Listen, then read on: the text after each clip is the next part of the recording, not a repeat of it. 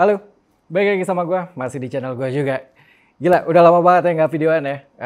Kemarin tuh gue ngurusin cafe, baru balik liburan juga, liburannya kelamaan nih. Akhirnya baru balik sekarang, sempat mager, mau videoan lagi kan.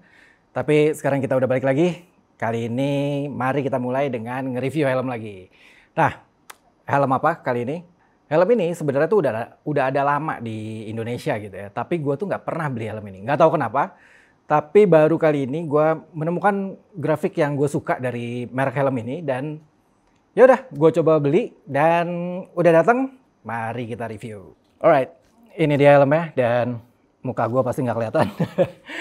Langsung aja biar nggak banyak buang waktu ya.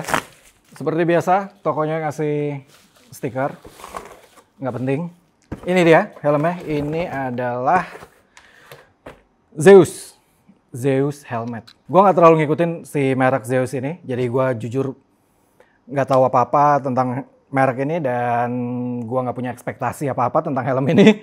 Cuman karena grafiknya aja yang gue suka. Oke, ini adalah Zeus ZS 822B. Colornya black, A015 gold, size-nya L. Seperti biasa, lingkar kepala gue itu 58,5. Jadi antara M sama L. Kalau kalian ngikutin helm tuh ya, M itu kan 5758, L itu 5960. Nah, gue ada di tengah-tengah situ 58,5. Biasanya helm apapun yang gue beli itu pasti size-nya L. Jadi sama, di Zeus ini pun gue beli yang ukuran L. Ini udah ada logo SNI, berarti dia udah standar Indonesia lah ya. Ini bubble wrap-nya berlebihan nih. Oke. Oh ya. Helm ini gue beli seharga 820.000, pokoknya 800 ribuan kecil. Nah, memang di dalam paket pembeliannya itu udah lo dapat bonus dark visor flat. Jadi ya menurut gue good deal lah ya, 800 ribuan dapat 2 visor. Setahu gue yang satu clear, yang satu dark. Ini dia. Ini tas helmnya ya. Tas helmnya sih standar menurut gue. Ini hitam. Untungnya hitam, jadi lebih netral, kita bisa pakai kemana-mana. Lalu, tapi bahannya sih nothing spesial ya, bahannya sih yang tipis-tipis aja nih. Dapat dust bag. Kalau kata cewek-cewek nih, dust bag. Alright, ini dia helmnya. Karena gue suka ya grafis-grafis tuh yang Jepangan, bukan wibu nih, tapi maksudnya yang kayak helm-helm Jepang, kayak Arai, Shui. Grafisnya tuh rame, tapi warnanya tetap enak. Nah, sebelum gue mulai reviewnya, video ini nggak bekerja sama atau disponsori sama pihak manapun ya, pihak brand helm manapun atau toko helm manapun. Ini semua video yang kalian tonton di channel gue, itu gue beli sendiri, pakai uang gue sendiri, nggak ada diskon-diskonan, nggak ada bonus-bonusan. Jadi ya ini review menurut selera gue. Kalau nggak suka, silakan nonton channel toko helm sebelah. Ini helmnya dari depan, kalian bisa lihat. Samping kanannya, bagian belakangnya, samping kiri, balik lagi ke depan. Ini sih bahannya termoplastik ya, biasa lah ya. Harga-harga di bawah 1 juta tuh hampir nggak mungkin kita dapat helm fiberglass atau karbon, nggak mungkin banget. Jadi ini ada di angka 800, masih pakai termoplastik, tapi dia udah SNI dan DOT. Ini yang jadi kontroversi di helm yang gue review sebelumnya, yang mereknya N itu. Banyak yang bilang itu udah DOT, banyak yang bilang ke gue kalau itu udah DOT, tapi gue percaya apa yang gue lihat. Kalau dia nggak naruh stiker DOT atau dia nggak naruh stiker ICI atau apapun, ya gue nggak tahu gitu. Yang gue tahu adalah apa yang ada di helmnya, apa yang gue pegang, apa yang gue lihat, yaitu merek N itu nggak ada stiker DOT. Jadi ya sorry to say, gue nggak akan bilang itu certified DOT. Kalau ini jelas ada DOT-nya. Dan biasanya helm-helm merek apapun, KYT, Arai, EGV, Nolan yang pernah gue punya, semua pasti taruh apapun sertifikasinya, pasti mereka taruh di helmnya. Dan jangan lupa juga merek N itu periode tahun 2016-2017 kalau kalian aware, kalau kalian tahu, itu sempat bermasalah juga sama sertifikasi Snell. yang dia pasang stiker certified by Snell, tapi Snell confirm kalau merek N itu tidak pernah dapat sertifikasi Snell. Kalau gue ngeliat sih lumayan rapi ya. Setidaknya di bagian tepi-tepi nih ya, ini rapi, mulus, nggak ada yang kayak cat kasar gitu. Karena biasanya di helm-helm tertentu itu, apalagi yang budget gitu ya, biasanya ada bagian yang kasar-kasar tuh di bagian tepi-tepi gini nih. Tapi ini kalau gue ngeliat sekilas sih aman. Oh ya, helm ini juga ada ukurannya di sini ya, L, dan beratnya 1450 plus minus 50 gram. Standar, nggak berat tapi bukan yang ringan juga. Dari tekukan-tekukannya nih agak agresif kalau gue bilang. Pertama di bagian sini ya, di bagian sini kalian lihat, biar kelihatan nih. Jadi dia nggak lurus ya, dia ada tekukannya. Lalu di bagian depan, ini juga dia lancip. Ala-ala racing style gitu ya, gayanya balap banget nih. Kalau yang lancip-lancip, kalian suka yang lancip-lancip kayak AGV itu, nah kayak gitu deh nih. Melancip ke depan. Di belakang sih dia nggak terlalu panjang spoiler belakangnya ya. Kalau menurut gue sih gue lebih cocok yang kayak gini karena gue juga nggak gitu suka yang terlalu racing gitu ya. Kayak Shark yang ada belakangnya tuh. Lalu Zeus juga banyak ya yang ditambah-tambahin tuh di toko-toko helm kan biasanya spoiler belakangnya ditambahin. Bukannya jelek, tapi emang bukan selera gue aja karena motor gue juga nggak ada yang sport gitu juga nggak ada. Jadi gue nggak pakai helm yang kayak gitu. Ya menurut gue ini masih oke lah. Ventilasi di depan ini satu ya di bagian depan nih kiri kanan. Di tengah ada pembatasnya gitu ya, tapi di dalamnya juga kita bisa lihat ada mesh warna silvernya tuh kayak kawat gitu. Atas tutup, bawah buka. Di bagian atas ini modelnya slide ya, depan belakang. Bagian depan ini dia nutup, ini ke depan. Kalau kalian ke belakang ini buka.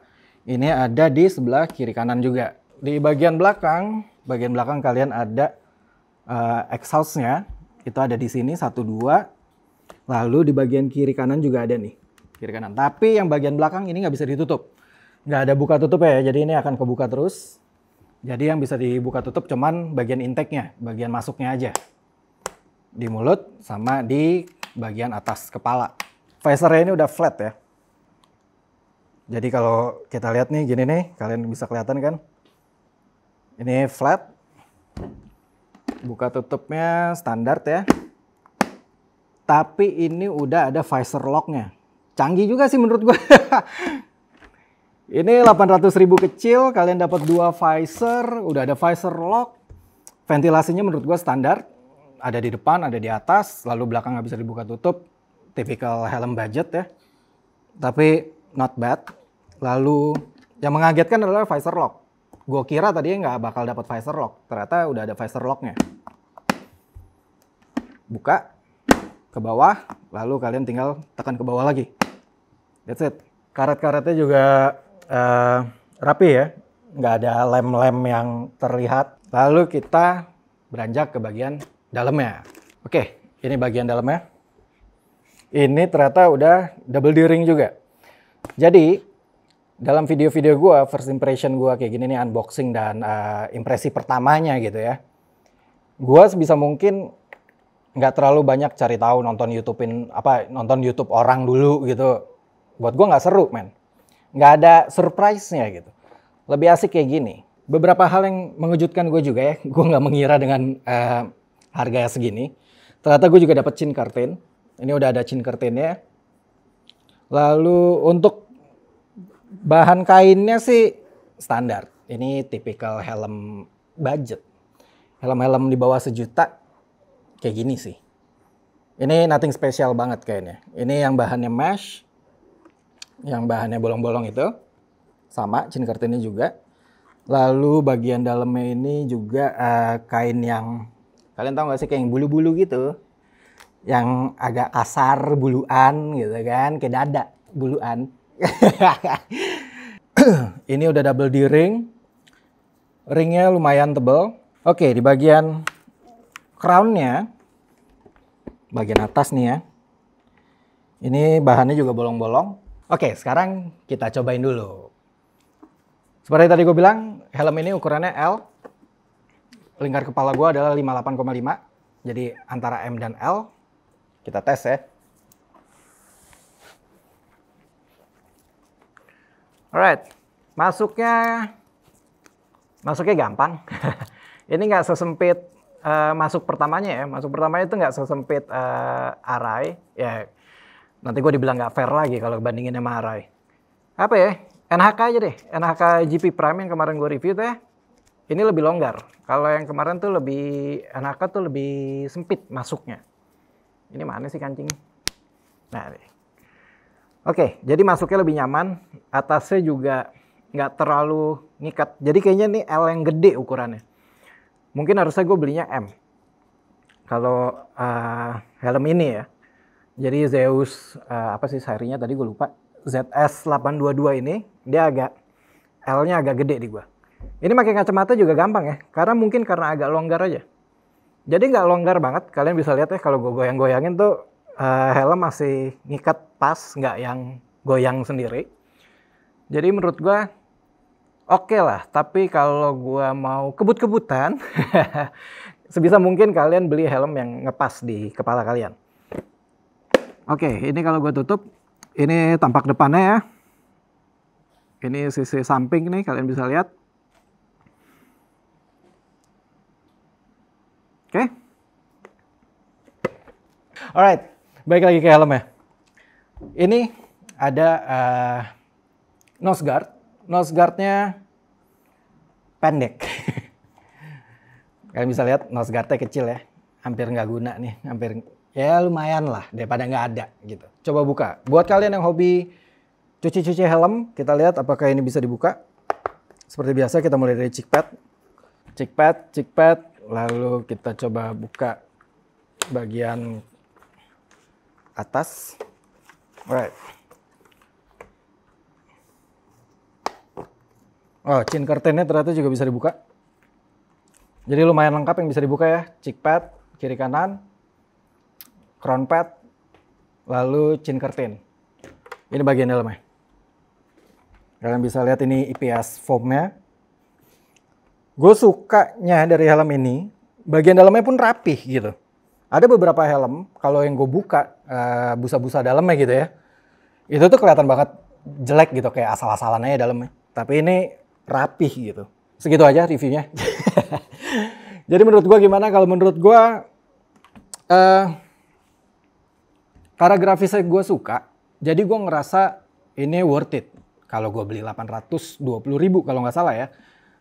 Tapi mungkin harganya bisa beda-beda tergantung toko kalian beli. Ventilasi nothing special tapi cukup. Udah dapat flat visor, dapat 2 lagi ya, dark visor sama clear.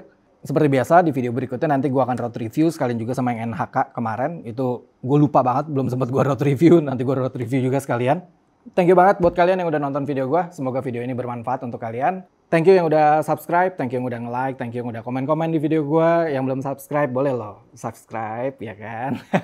Supaya gue lebih termotivasi gitu untuk video-video berikutnya. Lalu tungguin road reviewnya secepatnya. Kemarin gue sempat lupa dan gue baru balik liburan. Jadi mohon maaf lupa bikin video. Segini aja, kita ketemu lagi di video-video gue berikutnya. Bye-bye.